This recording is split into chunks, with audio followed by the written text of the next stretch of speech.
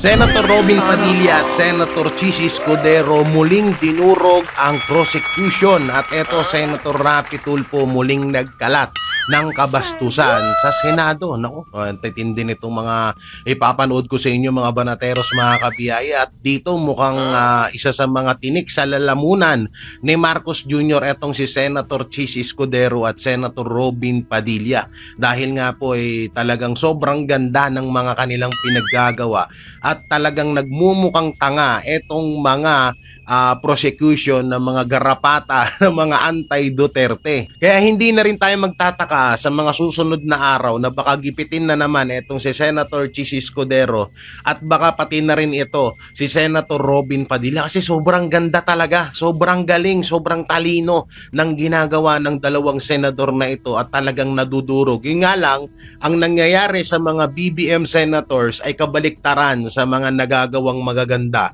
nila Senator Chis Escudero at Senator Robin Padilla na kung saan makikita ho natin na puro na lang po kabobohan, katangahan itong ginagawa ni Senator Rapi Tulfo at ng iba pang mga iba pang mga BBM senators na hindi talaga nila kayang arokin at talagang nagmumukha ngayon mga banateros, talagang nakikita ho natin ngayon na kung gaano kabobo itong mga Tulfo at itong mga ibang mga senador na ewan ko na lang kung binoto nyo to, siguro ngayon ay nagsisisi na kayo dahil grabe na talaga itong nangyayaring kabubuhan at mga katangahan na ginagawa dito sa Senado. Biruin mo, ano na to ha?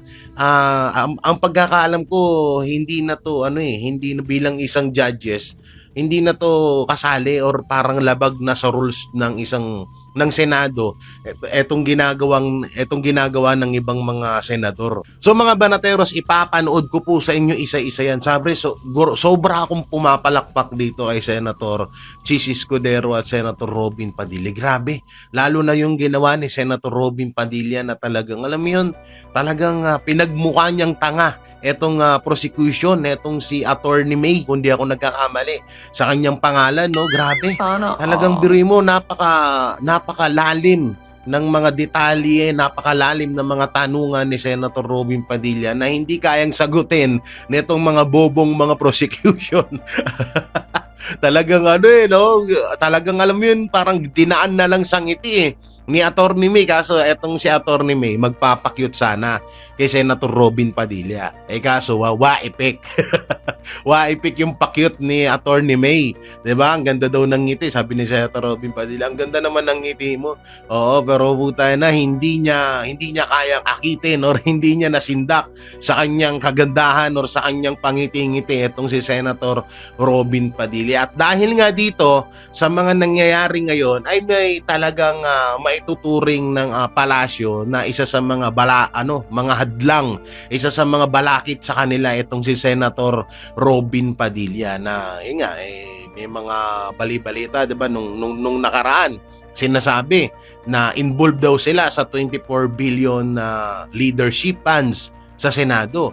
'Di ba? So ngayon ay idinadawit sila nila Senator Bongo at Senator Robin Padilla. Kaya nga ngayon mukhang ewan ko lang kung gaano katotoo ito, pero may nagwa-warning. May nagwa-warning kay Senator Robin Padilla at Senator Chis Escudero. Sino kaya to? So mamaya mga banateros, pag-uusapan natin yan. At syempre, bago natin to simula, don't forget to like, share, comment, and subscribe sa ating YouTube channel. Paipindot na lang din po yung bell button para lagi kayong updated sa ating mga video araw-araw. At bago tayo mapunta doon mga banateros, pag-usapan po muna natin itong panibagong kabaliwan na naman na naiisip ni Marcos Jr. kung saan ay ipapatanggal niya na or ipapaban ang Facebook dito sa bansang Pilipinas. Shit! Si Raulo dito si Marcos Jr. Alam mo Marcos Jr., ang una mo dapat iban, ang una mong tanggalin dito, marami kang pwedeng tanggalin. Bakit nasa Facebook ka na namang hayop ka? Anong mapapala namin dyan? Ha? Kayo ang may mapapala dyan. Mamaya i-explain ko bakit kayo ang may mapapala dyan sa pagbaban or pagtatanggal nyo ng Facebook dyan dito sa Pilipinas. Ang dami mong pwedeng unahin, BBM. Nandyan yung korupsyon. No, andyan yung sugal na pinopromote ng ibang mga social media influencer, ng ibang mga vlogger. Yung iba pa nga kasali pa dyan sa mga BBM vlogger. So bakit yun hindi mo ma-actionan? Yun ang una mo dapat tanggalin. Hindi yung Facebook. Tayo na, hindi ka pa nga natatapos doon sa proyekto mo na racket, tapos yung basura gagawin mong kuryente, gagawin mong source ng kuryente, tapos andito ka na naman sa issue ng Facebook. Bakit? Anong meron sa Facebook na gigil kang tanggalin? Kasi dahil sa kapag may Facebook, kahit anong gawin yung pagbayad sa mga trolls, kahit anong gawin yung pagbayad sa mga vlogger, kahit anong gawin yung pagbayad para siraan ng mga Duterte, gawan ng ka-fake newsan na hindi nyo natitibag, ganun ba? Siguro napapaisip to si Marcos Jr. na siguro tanggalin na lang natin tong Facebook na to kasi wala kahit nagtulong-tulong na kami ng mga dilawan, hindi namin kaya. Hindi namin kaya itong itong mga Duterte. Pero mo, nagbabayad kami 400 million buwan-buwan ang pinopondo namin dyan sa mga trolls at sa mga vlogger na yan. Tapos hindi pa rin bumababa yung mga survey. Mas minamahal pa rin ng taong bayan. Siguro ganun nga talaga kaya gusto nilang ipatanggal ang Facebook. Sa akin naman, wala naman sa akin wala naman big deal sa akin yan. No, walang big deal sa akin yan kasi hindi naman ako kumikita sa Facebook page, 'di ba? Lagi ngang ginugurgur, lagi ngang tinatarantado yung mga Facebook page namin. So, ang talagang makikinabang diyan, yung administrasyong Marcos kasi pagdating ng 2027, diyan na nagsisimula yung usbong ng talagang pagbabalita ng iba pa nating mga kababayan diyan sa Facebook na yan. So diyan din kasi kadalasan nabibisto yung mga pinagsasabing katarantaduhan ni Marcos Jr. Katulad na lang yung mag-alaman, no? At iba pa, 'di ba? So kaya gusto niyang ipatanggal. Tsaka malaking din yan Kasi alam naman ninyo na yung Facebook ay isa sa pinaka talagang popular na apps at site na talagang site bang Facebook basta yun na yun, no? Oo, hindi ko alam kung totoo kung yan kung size kung bang yan yung Facebook na yan, pero ang pinakatotoo diyan yung Facebook na yan kasi kadalasan yan talaga umuugong yung pinaka mabilis kang mapag-usapan, mabilis mag-viral, katulad na lang yan yung kamakailan lang etong video ni Marcos Jr., 'di ba?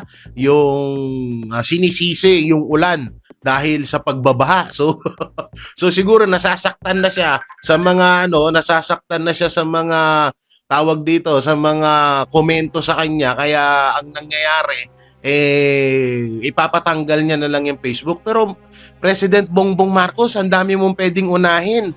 Nandiyan yung corruption, nandiyan yung mga sugal, 'di ba? So dapat yun ang unahin mo, hindi putay na anong kinalaman ng Facebook sa'yo? 'Di ba? Putay, ayan ka na naman tapos ipagmamalaki na naman ng mga vlogger mo na may nagawa ka na naman panibagong proyekto, may panibagong nagawa ka na naman sa Pilipinas. Wala kaming mapapala diyan sa Facebook na yan. Kahit iban mo yan, wala kaming mapapala dyan. Sa totoo lang, wala kaming mapapala dyan. Tsaka ito pa ang pinakamalupit dyan, halos lahat ng mga Pilipino nakatuon sa social media, Facebook, YouTube, TikTok, Instagram at iba't iba pang platform ng social media. So kapag tinanggal mo yan, parang mo na lang sinabi na wala nang karapatan ng ibang mga Pilipino na malaman ng tunay na balita at tunay na mga nangyayari sa bansang Pilipinas. At dapat mong unahin, Marcos Jr., yung korupsyon. Wala kaming pakialam dyan sa Facebook na yan. Hindi namin makakain yung hayop na yan.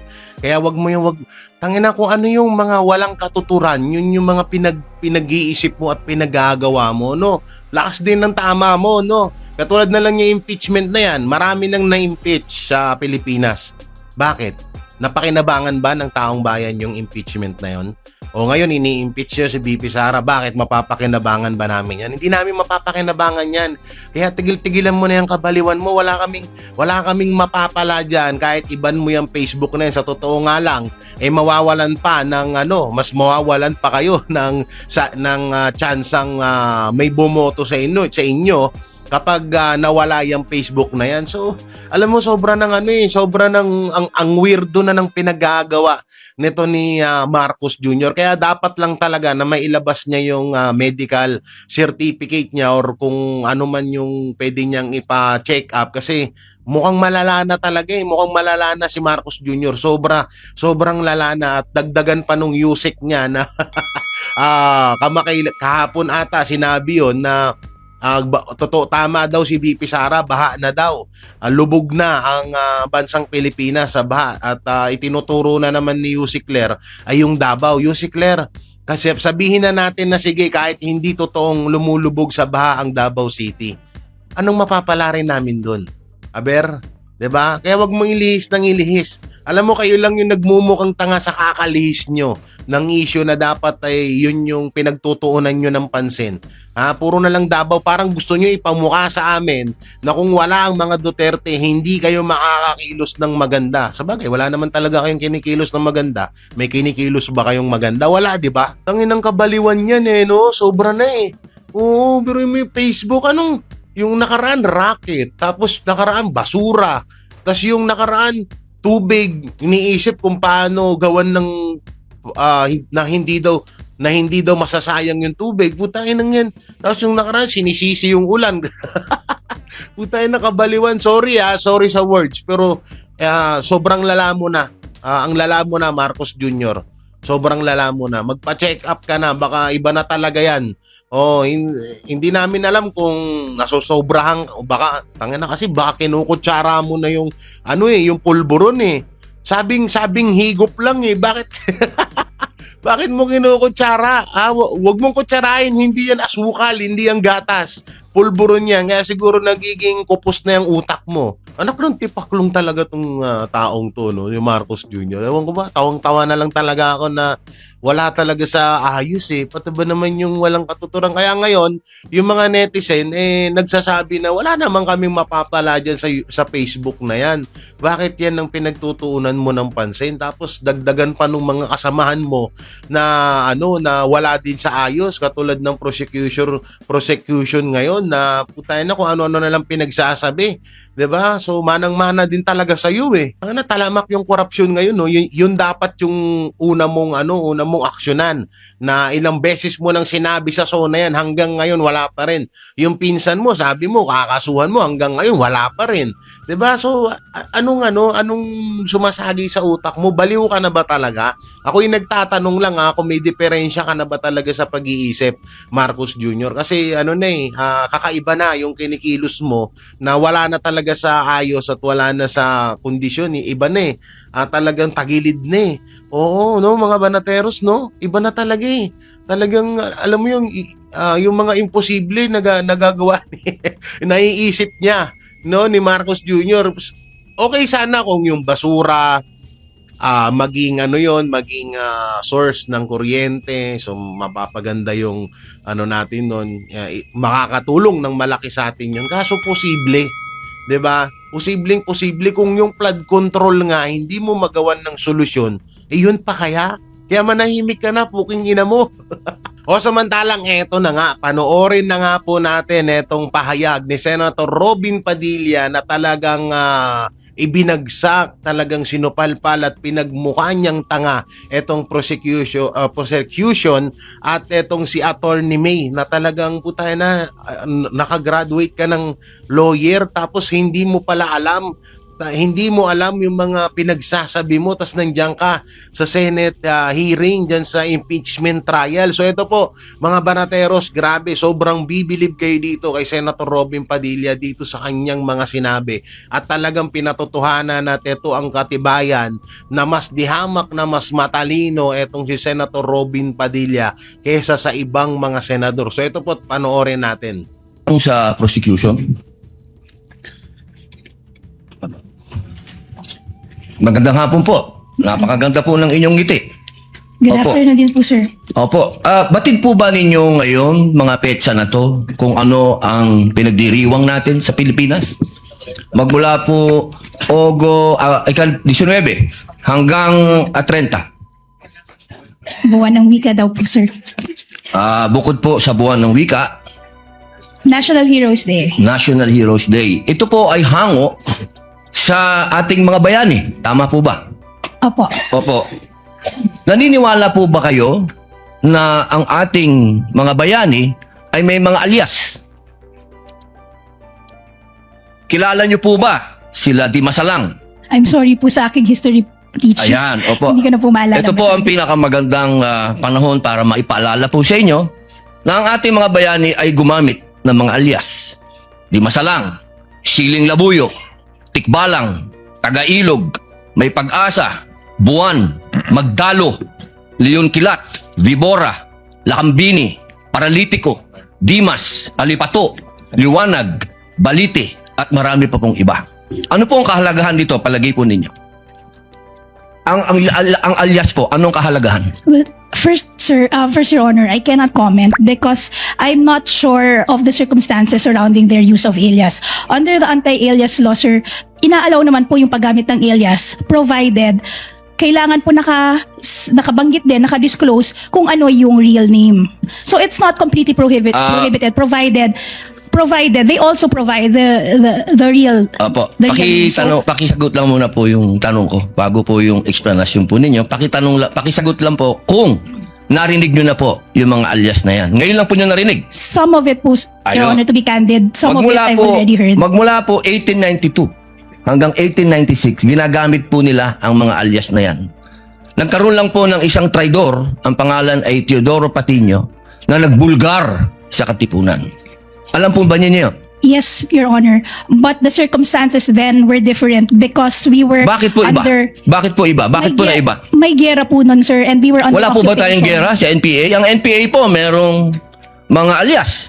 Meron pong ka-Cobra, ka-Agila, ka-Lawin, ka-Tigre, ka-Kapre, ka-Sirena, ka-Adobo, ka-Sinigang, ka-Pansit, ka-Tinola, ka-Sile, ka-Kamote, ka-Bawang, ka-Maxi, ka-Labuyo. Strictly speaking, Lahat po yan, sir, ginagamit iba po na alias. yung internal armed conflict, iba naman din po yung war. Bakit po na iba? Pareho po itong clear and present danger sa atin. So, ang gusto ko lamang pong ipaalam sa ating prosecution na napakahalaga po ng alias sa panahon ng... Kayo po, sagutin po nyo, sa panahon ng... Gera, sir, Your Honor. Ang confidential po, ang pagkilos confidential ay napakahalaga at hindi po ginagamit ang pangalan at hindi po pumipirma. At alam niyo po ba, noong September 12, 1896, anong nangyari? Nagkaroon tayo ng 13 martires. Yung mga nagtraidor ay itinuro ang mga totoong pangalan, totoong lugar kung nasaan yung mga sumusuporta sa Katipunan. If I may, Your One Honor. last na lang po. Kindly wind up, Senator One last na lang Padilla. po. If I may, Your Honor, just address your question earlier. With all due respect, Your Honor, the prosecution respectfully submits that whether the use of alias is allowed or not and whether it's necessary or not, to us, that is a non-issue because that was never raised Hindi po by pwedeng the... maging non-issue sapagkat ito po ang ipinalalabas ng prosecution. If I may, Na Your may Honor, mga pangalan na mga katawa-tawang pangalan. Mas nakakatawa po itong mga pangalan nung nangyari nung araw. with all due At isa respect, pa Your po, Honor. isa na lang if po. Kasi isa na lang po. Kindly wind up, Ito Senator na lang po. Padilla. Kilala niyo po ba kung sino si Marcial Bonifacio? To be candid, Your Honor, Oh. I'm not Sino po? familiar. Si Benigno I'm sorry, Aquino Your Honor. Jr. Si Ninoy. Siya mismo may alias. Maraming salamat po. Your Honor, if I just may, Your Honor, just to set the record straight, because it was made to, with all due respect to the Senator Judge, Mr. it was... Presiding Judge, allowed ba yun? I was about to make a ruling. Maraming salamat po. There was no question posed or poised, Attorney May. Let's proceed to the next Senator Judge who will interject. By the way, did you intentionally get rid of the platform? Yes, Your Honor, because we were not expecting that I'd be called again, Your Honor, to make way for the Honorable Chair of the Okay. panel of Understood. prosecutors, Your Honor. Understood. Sunog na sunog ang prosecution kay Senator Robin Padilla. Hindi nakaforma po tayo na pinagmukhang tanga. Nakakahiya yun. Sobrang nakakahiya yun, mga banateros, sa pagmukha. Lawyer ka. Lawyer ka, ha? No? Tapos si Senator Robin Padilla, alam naman din natin na nakapagtapos yan at isa yung artista at ngayon ay isa ng senador na palaging minamaliit at nilalait ng mga BBM vlogger at mga trolls. Ano kayo ngayon? Puta na, para kayong sinampal tig-isa-isa eh.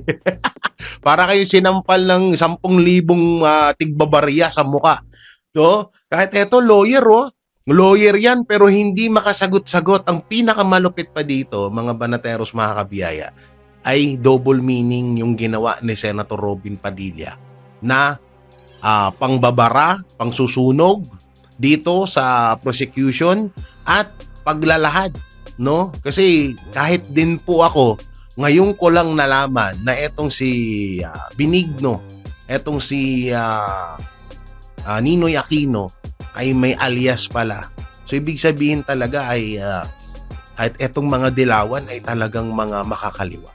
No, grabe. So dito kasi ang pinupunto kasi dito ni Senator Robin Padilla, sinisita nyo yung mga alias doon sa confidential pa ni Vice President Sara Duterte na sinasabi nyong labag sa konstitusyon, labag sa batas, pero yung mga code o yung mga code tuloy, yung mga nickname, yung mga alias ng mga makakaliwa ay parang sa inyo okay lang. So ano yon?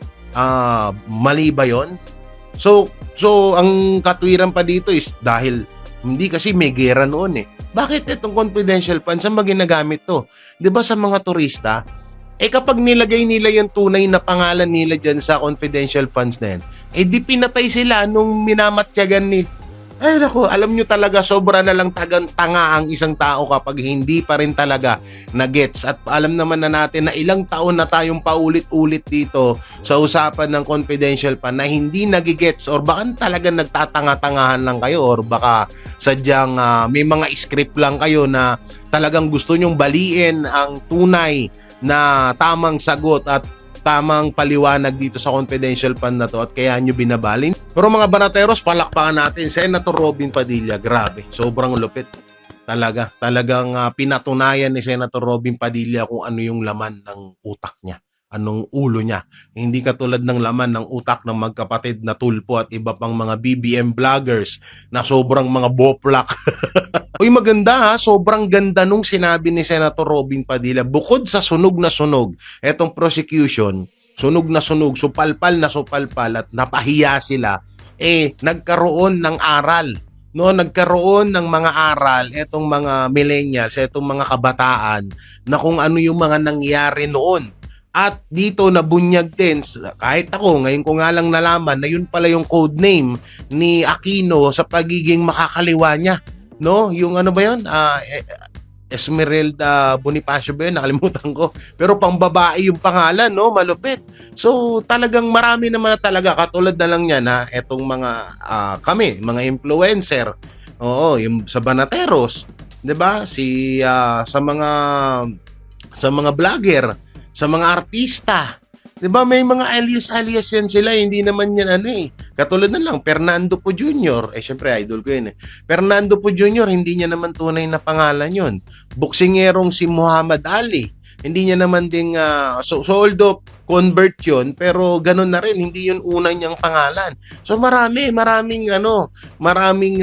gumagawa ng mga ganyan at dapat lang na dito sa confidential fund dahil ito ay talagang dapat itago kaya nga confidential funds sino ba naman tanga na isa ka sa talagang nagmamatyag ng mga terorista ng mga sindikato sa para kalabanin or pasukin ng gobyerno tapos ilalagay mo tunay na pangalan mo di pinatay ang mga yan. So ganun lang kadali yon mga banateros, no, na talagang hindi maintindihan o sadyang nagtatanga-tangahan lang sila para lang idiin si Vice President Sara Duterte. Pero dito, sobrang galing ni Senator Robin Padilla. At dahil nga dyan, eto pa, may ipapanood pa po ako sa inyo mga banateros, mga kabiyaya, na ipinahiya harap-harapan ni Senator Chis Escudero itong prosecution dahil sa mga paglabag nila sa batas at sa batas ng Senado at puro na lang at ito ay talagang sinupalpal niya harap-harapan. Napatawa na lang ho itong prosecution sa sinabi ni Senator Chis Escudero. So ito po, panoorin natin. Attorney Ligutan, while you do not remove your hat as a teacher wherever you go, the same is true with this representation. I had my fair share of teaching as well. Under the rules of the Senate, unfortunately, you have to unbundle it. You have to decouple it. Under the rules of the Senate, if you are counsel for the parties, You cannot comment on the merits outside of a fair and true report of what happened. For the record, before the chair makes its ruling on these matters, the TSN says, Attorney Kapunan, leading, and then she corrected herself, misleading questions are not allowed on cross. Attorney Ferrer, she said they are allowed. Now, the TSN cannot possibly cover the overlapping voices, if at all. So most likely what happened, although we will check the video, would be Attorney Ferrer commenting on the earlier statement that was corrected later on by Attorney Kapunan and changed leading to misleading. Perhaps Attorney Ferrer was referring to leading questions and not misleading questions. But having said that, nevertheless, the court will include that as part of its ruling, with one caveat, Attorney Ligutan. While you do not remove your hat as a teacher wherever you go, the same is true with this representation. I had my fair share of teaching as well. Under the rules of the Senate, unfortunately, you have to unbundle it. You have to decouple it.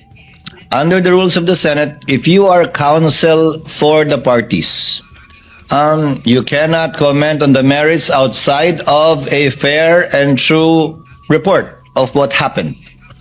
In this case, based on the TSN, I am not sure of the accuracy, given that the statements made were pertain to both leading and misleading questions.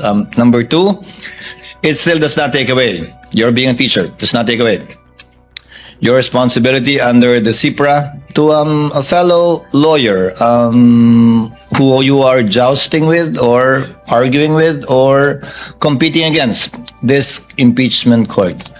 The remarks of the good gentleman, the Attorney Ligutan, the counsel for the panel of prosecutors, is noted. Basag ang mga putang inang mga garapata ni Marcos Jr. Parang maiiyak na si Ligutan dun sa kinakaupuan niya eh. May patangu-tangu pa eh. Putan, anong pakiramdam ng ipahiya ka sa buong Pilipinas? Di talagang nakakahiya yun. Diba? Putan na, bago sana kayo sumalang dyan sa impeachment trial at maging prosecution, dapat nag-aral muna kayo. Hindi nyo pala alam yung mga batas dyan eh. Hindi nyo pala alam kung ano yung tama nyong sasabihin at kung ano yung mga dapat nyong gawin, di ba? So dito, kailangan turuan pa kayo ni Senator Chis Escudero. Yung nga lang, ang masama dyan, dito sa prosecution kasi paulit-ulit na lang kayong nasusupalpal at nasusunog ng mga senador, katulad na lang nila Senator Robin Padilla, Senator Chis Escudero, malamang sa malamang mukhang papagalitan na naman kayo ni Ma'am Shitars niyan. No, mukhang papagalitan na naman kayo ni Ma'am Shitars niyan. At eto, may mga bali-balita na ang nasa likod daw ng prosecution laban kay Vice President Sara Duterte ay eto daw si Ma'am Shitars. Naku po. Oo, si Ma'am Shitars daw ang nagmamando kasi alam naman na natin na si Ma'am Shitars ay lawyer din, 'di ba? Hindi naman natin maitatago 'yan. Pero dahil nga dyan, si Ma'am Shitars pala yung gumagawa ng mga plano, mga hakbang at kung mga ano yung dapat gawin nitong prosecution na to. Hindi ko naman sinasabing 100% na totoo yan na siya nga yung nasa likod niyan. Pero ang malupit dyan, nakakatawa dahil may tigaturo pa pala kayo, pero nasusupalpal din naman pala, nasusupalpal din kayo at napapahiya. So kahiya no mga banateros, mga kabiyaya, no, etong mga pinagagawa ng prosecution na kaya nga sobrang nagagalit ang taong bayan ngayon dahil nga wala naman talagang napapala ang taong bayan diyan sa mga pinaggagawa diyan sa impeachment trial na gumagastos tayo ng 25 million kada hearing diyan na imbis na napupunta yan sa taong bayan kahit man lang nga sana yung 2 billion na yan mahigit nagagastusin sa impeachment trial ni BP Sara sa darating na sa loob ng halos 92 days, dapat ipamigay na lang yan sa mga kababayan natin na nasalanta ng baha ngayon, di ba? So ang daming mga kababayan natin mabibiyayaan sana, mabibigyan sana ng tulong dyan sa 2.5 or 2.3 billion na gagastusin dyan sa impeachment trial na yan. So ganun kalala ang nangyayari. Tapos ngayon puro lang kabulukan, puro na lang sinasabi nila, may pasabog kami, may pasabog. Puta, kayo yung pinapasabog palagi. Sila lagi yung pinapasabog, mga barateros no? Sila yung sila yung laging nasusupalpal Ewan ko na lang kung sinasadya na lang ba nila to. Baka sinasadya na lang din nila to kasi wala na no choice Kasi nga putay na paulit-ulit na lang silang nasusupalpal, paulit-ulit na lang silang napapahiya, 'di ba? So nakakahiya na lang din. Ako na mismo nahihiya diyan sa proxy cushion na yan So pasensya na, nabubulol ako sa words na yan O ako na lang nahihiya diyan sa kanila. Oo, sa totoo lang kasi wala talaga Yung isa pa ulit-ulit magsalita. 'Di ba? Paulit-ulit si Ligutan ba 'yon? Paulit-ulit ang haba-haba. Ayaw idirekta dun sa gusto niyang sabihin, pinapahaba lang ng pinapahaba yung salita niya na paulit-ulit. Wala namang laman. Tapos yung iba, puro lang katarantaduhan. Yung matandang si Kapunan nagtitrip, si Luistro naglalaway, si Attorney May nagpapakyut. Ano ba naman yung mga bataan mo, Ma'am si Tars? Ayusin mo naman, ang dami pa dyan. Alam nyo, ang ilagay nyo dyan sa impeachment trial, si Claire Castro. Yan, maganda yan kay Claire Castro kasi malamang sa malamang.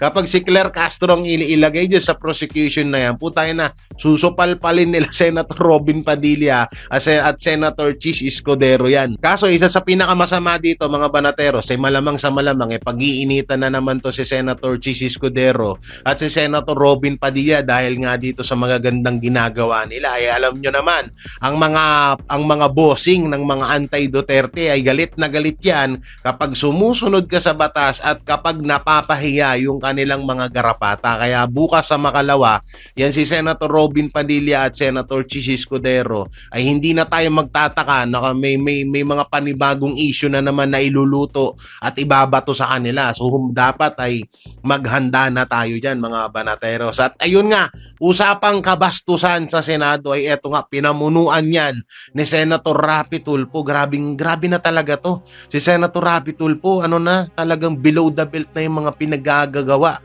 dyan sa Senado, no? Kaya talagang may tuturing to na isa siya sa mga basura ng mga senador na nandyan ngayon.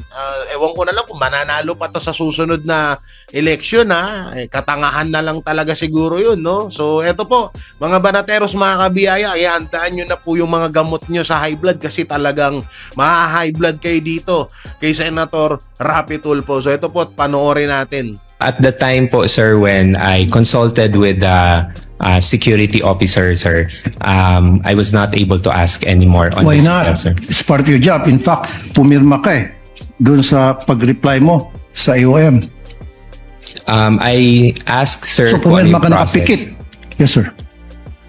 No, sir, hindi naman po na nakapikit, sir, because nagtanong naman po ako sa security officer namin, sir, on how it was released or implemented on the ground. So, kung ano po yung nabigay na information, sir, yun po yung nailagay ko sa pag-draft po ng reply to the AOM. Kayo po ay nag-reply sa AOM from COA for the check number 244027 dated 20 December 2022. Ano po yung proseso na ginagawa nyo once kayo po ay nakatanggap ng AOM or disallowance? Good morning, Your Honor. When we receive AOMs within the office, once we receive it, we inform of course, the Chief of Staff and of course also the head of agency of the AOM. We send them a copy for their information. Do you investigate? Once meron na pong instruction to kung sino po yung magko-conduct ng review, then that's the time po that we conduct a necessary review for Do you ask the reply. questions? Yes, sir, to the concerned na mga To the concerned. concerned na mga divisions. What questions do you ask? For example, Usually, sir, we ask point per point on what is point per point. Okay. point per point what is indicated in the AOM so that we can also address the concerns point by point. Very good. Now, isa sa mga AOM ay observation ng COA, kulang sa mga dokumento. Halimbawa, itong sinabi rito, 170,000 at marami to by the millions. 170,000 for the payment of reward, open and closed medicines. Did you not ask, ano ba talaga to? Anong klaseng medicine ang binili? Kasi ang pagkakalam ko, meron kayong pera from confidential funds, binigay nyo doon sa informant para siya nang bumili ng medisina. Yes, sir. Yung Did po you yung- ask kung anong medisina binili nung, para sa medisina bibili nung informant, yung pera? When the time na nag-consult po ako with the security officer, sir, I did not ask anymore on the specifics, but I asked on paano po yung naging process nila in terms of noong pag-release ng funds for the informants or for the agents. Sir, you are a very highly educated person from prestigious schools. Come on, it doesn't make sense. It defies logic. Tatanungin mo dapat to protect Sarah kasi very close ka kay Sarah. Teka muna, anong klase mga medisina ang binili? Nasaan yung reseta? Kasi mali mo, baka namin hindi binili ng medisina, baka binili ng drugs, whatever, baka may nagbulsa ng pera. Dapat, yun kasi ang kailangan ng, COA, di ba? Resibo. At the time po, sir, when I consulted with the security officer, sir, I was not able to ask anymore on Why the not? details, sir. It's part of your job. In fact, pumirma ka doon sa pag-reply mo sa AOM. I asked, sir, So kung ano pumirma yung ka process. nakapikit. Yes, sir. No, sir, hindi naman po na nakapikit, sir, because nagtanong naman po ako sa security officer namin, sir, on how it was released or implemented on the ground. So, kung ano po yung nabigay na information, sir, yun po yung nailagay ko sa pag-draft po ng reply to the AOM. Hindi mo rin tinanong bakit pare-pareho yung signature sa different names ayon sa NBI, forensic, tapos pare-pareho yung handwriting sa different names, parang isang tao lang nag-fill up, meron pa nga walang signature at nag-receive ng by the hundreds of thousands each. Sir, You didn't ask, bakit mo tinanong, hindi mo tinanong, bakit pusa, bakit ito si Pagong, pinagtatawanan tayo ng tao, etc. Why? Did you not ask? Sir, at the time, sir, hindi ko po nakita yung mga acknowledgement receipts, sir. I was only made aware of the acknowledgement receipt, sir, when it was already shown during the HOR na mga hearings, sir. Hindi kasi pag nagtanong ng attachment, then di ba sabi mo you ask questions point by point, you investigate, then kinuha mo sana yung mga dokumento and then pinakita sa iyo and then nagtanong ka point by point like you said, and then you are a very educated person, you should have asked a lot of questions to satisfy dun sa request ng COA. Sir, I Kasi did not- tulad yan, Pusa, Pagong. Imposible hindi mo nakita yan. Tapos pare-pare yung pirma sa isang